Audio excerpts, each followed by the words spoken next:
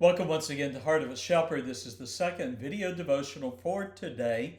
The first one was from Proverbs chapter 4. This one is from Proverbs chapter 5. And I've titled it, The Lips of a Strange Woman. Proverbs chapter 5. Now, you will notice that the main theme of Proverbs is a frequent topic in Solomon's Proverbs, and that is the tragic consequences of sexual immorality. Now, this study will examine Proverbs chapter 5, verses 3 through 6, and Solomon's vivid illustration of the tragic and bitter outcomes of sexual depravity. Consider then Proverbs 5, verses 3 through 5, what I would describe as the lure of sinful lust. We read, "For the lips," literally the language, the speech, or the conversation of a strange woman.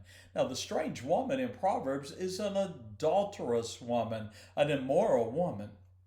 And so it's the lips or the conversation of an adulterous woman that Solomon says they drop or they drip as a honeycomb. And her mouth is smoother than oil. And so the first thought, the lips of an adulterous woman, an immoral woman, is like honey, smoother than oil. Verse 4, her end. The end of the adulterous woman is bitter as wormwood. Now, wormwood is poisonous or cursed. So the end of the adulterous woman is as bitter as wormwood and as sharp as a two-edged sword. Her feet, that is the path down which she leads men to their death. Her feet and her steps take hold on hell.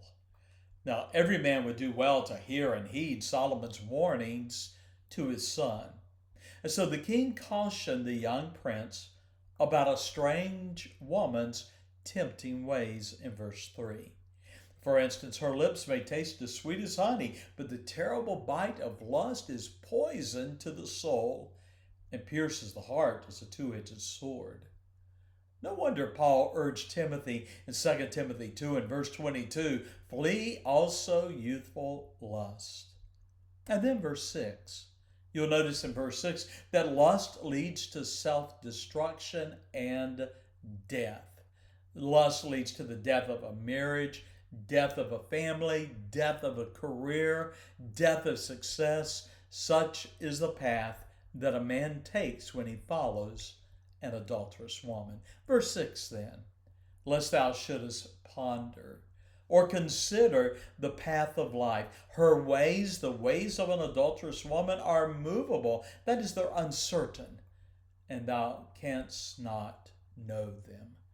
So the king urged his son to stay away from the path and the ways of adulterous women. Adultery, Solomon warned, erodes a man's character and distorts his judgment until it ultimately destroys everything he values.